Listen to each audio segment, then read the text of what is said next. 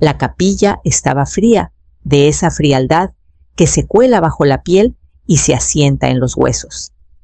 Me senté sola, 2 filas atrás, mientras los Salazar, la familia de mi nuera, ocupaban el frente como si fueran dueños del aire que todos respirábamos. Sus abrigos elegantes, posturas rígidas y bocas susurrantes eran un espectáculo. Una muestra de importancia, ninguno lloró. Yo tampoco. No porque no estuviera rota, sino porque mi duelo había ido más allá de las lágrimas. Se había endurecido en algo más, un dolor silencioso que cargaba en el pecho como una piedra. Desde mi esquina en el banco vi a la madre de Clara inclinarse hacia su hermana. Sus labios apenas se movieron, pero el veneno llegó claro. ¿Cree que va a recibir algo? Su hermana sofocó una risa tras su mano enguantada. Miré al frente. La vidriera sobre el púlpito se difuminaba en mi visión periférica, la luz detrás opaca y gris. No me inmuté. No parpadeé. Había oído cosas peores, pero nunca de gente que había compartido la mesa conmigo hace años, cuando aún me permitían importar. El ataúd de mi hijo estaba frente a todos brillante e impecable como ninguno de nosotros. Dentro yacía el cuerpo de un hombre con quien no había hablado de verdad en casi 4 años. Se había vuelto distante, cortés, luego mecánico. Al final incluso las fiestas se reducían a mensajes grupales y correos reenviados por Clara. Me decía que era la vida, el matrimonio, la presión. Tal vez yo era demasiado sentimental, demasiado simple. Pero conocía a mi hijo, o eso creía. El elogio fue estéril. Clara habló con aplomo, agradeciendo a donantes colegas la junta. Ni una vez mencionó a Esteban como padre, ni como hijo. Cuando terminó las sillas, rechinaron y los abrigos susurraron. Me moví despacio, queriendo ser la última en salir. Cuantos menos ojos sobre mí, mejor. Pero entonces la puerta del frente del santuario se abrió de nuevo y un hombre alto con un abrigo gris entró.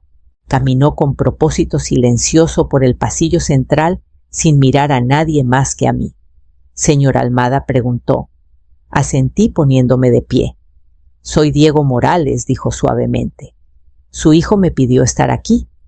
Hay algo que dejó para usted. De su bolsillo sacó una pequeña memoria USB negra y la sostuvo como si fuera algo sagrado. Crié a Esteban, con manos que siempre dolían. Por el fregado, el levantamiento, el aferrarme demasiado. Cuando murió Benjamín, 27 años, una cadena de ancla defectuosa y un resbalón en el muelle, no tuve el lujo de derrumbarme. Tenía a Esteban.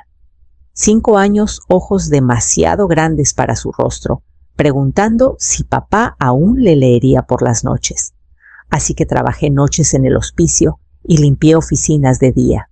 Hice hotcakes de caja y corté fruta en forma de estrellas. Le leí clásicos antiguos con una linterna cuando no pagábamos la luz. Y cuando entró a una universidad de prestigio, con una beca vendí el anillo de bodas de mi abuela para pagar el depósito del viaje. Ese primer año me enviaba cartas, hermosas escritas con pluma fuente que guardé en una caja de madera cerrada bajo mi cama. En cada una hablaba de la comida, el frío, el peso de las expectativas. Le decía que no se preocupara por mí, que estaba bien, que estaba orgullosa. Volvía a casa cada vez menos, después de graduarse. Lo entendía. Estaba construyendo algo, su empresa, su matrimonio, pero incluso cuando estaba en la ciudad, nunca se quedaba en la casa del lago. Es un viaje largo desde el aeropuerto, mamá decía. Ya sabes cómo es el tráfico. Luego llegó Clara. Alta, impecable, siempre perfectamente abotonada. Venía con un apellido que abría puertas y cerraba otras. Cuando se comprometieron, los felicité. Cuando se mudaron a la capital, les envié paquetes. Cuando mandaron una invitación formal de boda dirigida a la señora M, Almada sin mamá ni Marina, no dije nada. Con el tiempo, el calor se desvaneció. Las llamadas se volvieron citas. Y luego ni eso. En su último cumpleaños, le envié una primera edición firmada de una novela de ciencia ficción que amaba de niño. La envolví en papel azul índigo, con un lazo, como los que ponía en su lonchera. 3 días después, recibí un mensaje: gracias mamá. Sin signos, sin foto, sin llamada. Me dije que estaba ocupado, construyendo, logrando, resistiendo. Pero algo comenzó a pudrirse bajo el silencio, y no supe cuán profundo era, hasta el día que llegué para el cumpleaños de Nico. Llegué a la casa de los Salazar, en Guadalajara, con la colcha doblada en mis brazos, atada con un listón azul suave. Me tomó 4 meses cada cuadro, cosido a mano cada uno, con estrellas, lunas y pequeñas constelaciones. Bordé el nombre de Nico en el centro con hilo dorado. Amaba las estrellas, al menos lo hacía la última vez que lo vi. La reja principal zumbó, pero no se abrió. Un momento después, el padre de Clara salió con un traje planchado y una bufanda que seguro costaba más que mi coche. No parecía sorprendido de verme. Marina dijo demasiado casual: no es buen momento. Solo quería dejar algo para Nico, dije mostrando el paquete. No me quedo. Sé que es su fiesta. Su sonrisa no llegó a sus ojos. Sí, bueno, el evento es privado, solo familia. Me quedé un momento más insegura de si insistir. No lo hice. Asentí, murmuré algo cortés y regresé al coche con la colcha aún en mis manos. La reja se cerró antes de que llegara a la banqueta. Esa noche empaqué la colcha con papel de seda y la envié por correo prioritario.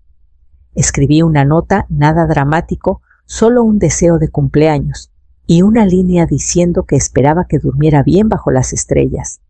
Nunca recibí un agradecimiento, ni una foto, nada. Un mes después lo intenté de nuevo. Me senté en la mesa de la cocina y escribí una carta a Esteban, no un mensaje, no una tarjeta, una carta de verdad. 4 páginas entintadas con cuidado. Le dije que lo extrañaba, que no necesitaba nada de él, solo la verdad. La sellé y la envié a su oficina en la capital. La carta nunca fue devuelta. Revisé el buzón cada tarde durante 2 semanas. Cuando no llegó, nada me convencí de que la había recibido, que tal vez no sabía qué decir. No fue hasta que Nico dijo algo en el funeral que me di cuenta de que esas palabras tal vez nunca le llegaron. La recepción se celebró en un salón de hotel demasiado lujoso para un duelo. Todo olía a orquídeas y plata pulida. Los meseros se movían como fantasmas entre arreglos florales altos, colocando bocadillos que nadie tocaba. Me quedé cerca de la pared invisible por decisión propia. Nico estaba cerca de la mesa de postres, su pequeño cuerpo perdido entre las piernas de adultos que apenas lo notaban. Sostenía un vaso de papel con limonada y lucía pálido como los niños cuando el duelo pesa demasiado en un cuarto. Caminé despacio y me agaché a su lado. «Hola, pequeño», dije suavemente. «¿Estás bien?», asintió con los ojos en el suelo. Luego miró alrededor, como asegurándose de que nadie escuchara. Se acercó más. «Papá veía tus fotos», susurró. Parpadeé. «¿Qué fotos?», dudó, luego dijo: «Las de tu galería, las que tienen todo azul». Mi respiración se detuvo. «¿Te las mostró?», no dijo Nico. «Pero las tenía en su computadora». «Las vi una noche». Lloró. No pude moverme. No sabía qué hacer con esas palabras. Nunca le conté a Esteban sobre esa exposición. No estaba en redes sociales. No envié invitación. Ya había dejado de intentarlo. Pero de alguna forma las había encontrado. Las guardó, las miró en silencio. Me dijo que las de agua parecían como cuando íbamos al lago, añadió Nico, tomando un sorbo de su vaso. Dijo que tú lo llevabas ahí. Tragué fuerte. Mis manos temblaron al alisarle el cabello. Sí, dije bajito. Eso eran exactamente. Alguien llamó a Nico desde el otro lado del salón. Me dio un abrazo rápido antes de correr hacia sus primos Salazar. Lo vi irse con el corazón partido por el peso de la memoria y la revelación. El resto de la recepción se desdibujó. Rostros pasaron. Voces zumbaban. Pero ese pequeño susurro de un niño resonó más fuerte que todo lo demás. Para cuando Diego se acercó de nuevo, cerca del guardarropa, mis manos habían dejado de temblar, pero mi mente no. Diego me encontró justo cuando el personal del hotel comenzaba a recoger bandejas. No dijo mucho, solo que era el momento y que Esteban había dejado instrucciones específicas. Habían preparado una sala privada. Solo familia, dijo, aunque por las personas que entraban antes que yo, familia parecía tener una definición flexible. Los Salazar se reunieron alrededor de la mesa pulida, como si se prepararan para una junta de accionistas. Clara estaba rígida entre sus padres, con los labios en una línea neutra, pero sus ojos brillaban como si ya conociera el resultado. Tomé la silla más cercana a la puerta. Diego se paró al frente de la mesa con una laptop y una caja de proyector pequeña. Miró la sala y habló con calma medida. Como albacea del testamento de Esteban Almada, dijo: tengo instrucciones de comenzar este proceso con una declaración grabada. La lectura formal de los documentos legales seguirá. Hubo algunas miradas cruzadas, leve curiosidad, tal vez incluso diversión.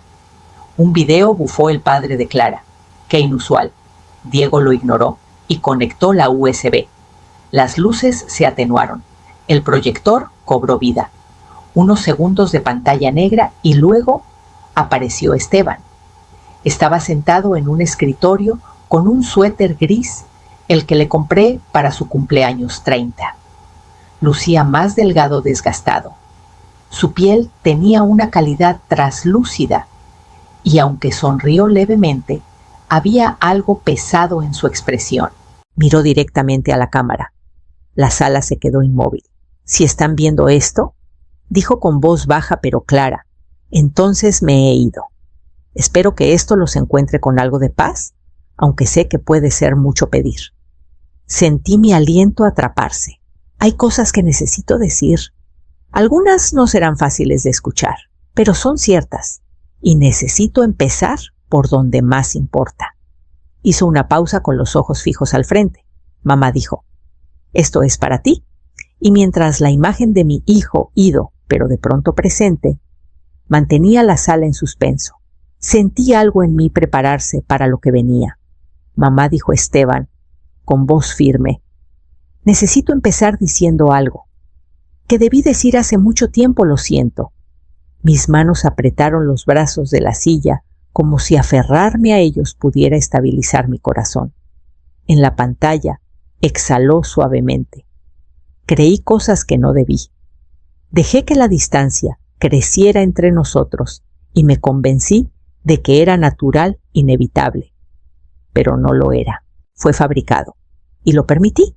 Bajó la mirada, luego volvió a la cámara. Hace unos meses empecé a notar cosas pequeñas, mensajes perdidos, invitaciones que Clara decía que habías ignorado. Pero luego encontré su laptop vieja. Había una cuenta de correo secundaria, una que no sabía que existía.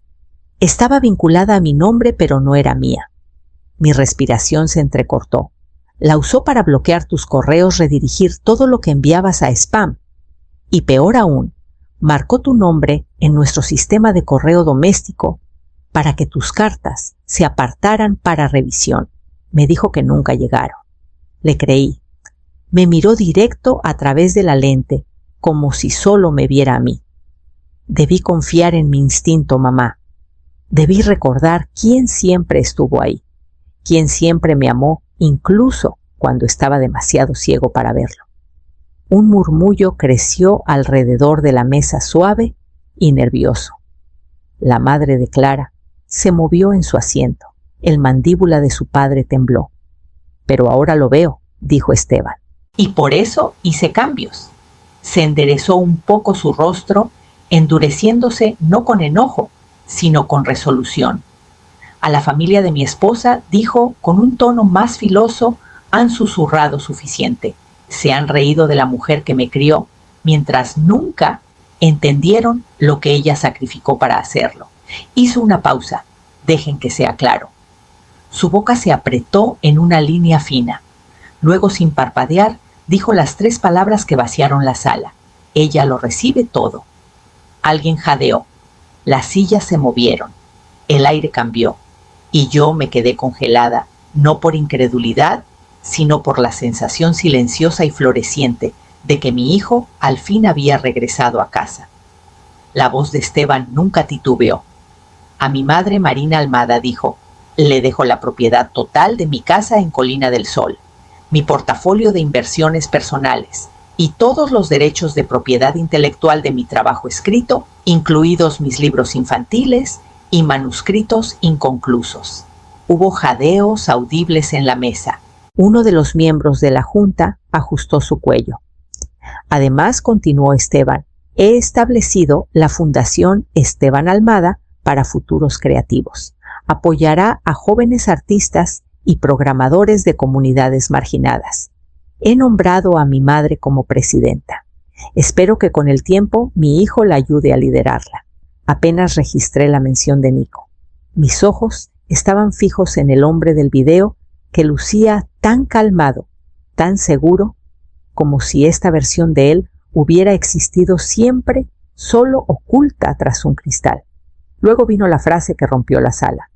A mi esposa, Clara Salazar Almada, dijo pausando lo suficiente para atraer todas las miradas.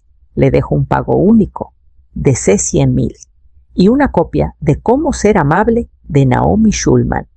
Alguien se atragantó. Una risa nerviosa brotó rápidamente sofocada. La pantalla parpadeó mientras Esteban pasaba una página en su carpeta. Pero Clara ya se había levantado su voz alzándose sobre la grabada. Esto es una farsa, espetó. No es legal. No estaba en sus cabales. Siéntese, dijo Diego con firmeza sin mirarla. El video no ha terminado. No voy a ser humillada por esto. Empezó, pero la voz de Esteban continuó silenciándola con su presencia. Sabía que esto molestaría a algunos, dijo casi con cansancio. Pero tomé estas decisiones con claridad, no con crueldad. Simplemente no quiero que las personas que desmantelaron mi familia se beneficien de ella. Los miembros de la junta estaban rígidos. Uno, un hombre de cabello plateado y manos temblorosas, se inclinó hacia Diego y susurró algo que no capté. A mi alrededor, la temperatura había cambiado. Los Salazar estaban pálidos. Clara tenía los brazos tan cruzados que sus nudillos estaban blancos. Pero yo seguí sentada con las manos en el regazo, el corazón latiendo en una incredulidad constante. Y entonces Diego alcanzó la carpeta legal para comenzar la lectura. 2 días después de la lectura, Diego me pidió reunirme en una cafetería pequeña, en la calle Magnolia. Traía una mirada más de compasión que de formalidad, y cuando nos sentamos, deslizó un libro delgado, encuadernado en cuero por la mesa. Su hijo me pidió que se lo diera personalmente, dijo. Lo giré en mis manos. Estaba desgastado en los bordes, la cubierta suave por el uso. La letra de Esteban me saludó en la página interior, curvada y familiar. Privado. Para claridad, no para publicación. Lo leí despacio durante horas de vuelta en mi habitación de hotel con las cortinas cerradas. Página tras página, su voz regresó. Escribió sobre recuerdos de la infancia que pensé que había olvidado, cómo tarareaba mientras hacía hotcakes, cómo remendé su mochila con hilo azul y una pequeña estrella bordada. Las entradas se volvieron más reflexivas. Admitió que se había vuelto frío conmigo, que dejó que otras voces moldearan el silencio entre nosotros. Culpó al agotamiento, a la presión, a su orgullo. Luego, en una página, había una foto impresa de mi última serie de galería, las líneas del horizonte pintadas en tonos de azul y óxido. Había anotado en la esquina Lago Azul atardecer. Recuerdo este cielo. Hacia el final, su escritura Se volvió más irregular. Mencionó retomar la quimioterapia, que estaba cansado todo el tiempo, que quería visitarme en Jalisco, incluso reservó un boleto una vez, pero lo canceló cuando las náuseas lo golpearon fuerte. Y luego, en la página final, una sola entrada escrita una semana antes de morir. Me mintieron. Pero ella siempre me amó. Ahora lo veo. Presioné mis dedos sobre la tinta como si pudiera sentir su calor aún aferrado a ella. El dolor en mi pecho no disminuyó, pero cambió enraizándose en reconocimiento. Me había visto. Al final había regresado. Cerré el diario y miré por la ventana la ciudad abajo zumbando sin él. Y entonces pensé en Nico, en lo que este legado podría convertirse. La casa en Colina del Sol se sentía demasiado silenciosa la primera vez que entré.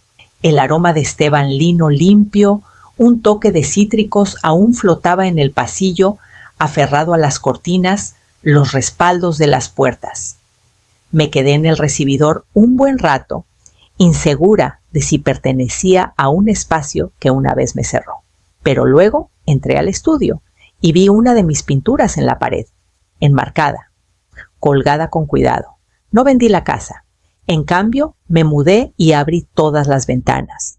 Me reuní con un asesor que Diego recomendó. Revisamos los deseos de Esteban, su portafolio financiero, y para el fin de la semana había presentado los papeles para la beca de arte y tecnología Esteban Almada. Serviría a jóvenes soñadores niños que pintaban en bolsas de papel o programaban en laptops prestadas, niños que necesitaban que alguien creyera en ellos como yo creí en mi hijo. Lo segundo que hice fue solicitar una reunión con la junta directiva de Almada y Quintero. No esperaban que llegara sin abogado, sin representante de relaciones públicas, solo con una libreta y una carpeta con las últimas peticiones de Esteban. No estoy aquí para tomar el control, les dije, pero estoy aquí para mantener vivos sus valores. Pregunté por su cultura, sus contrataciones, su huella filantrópica.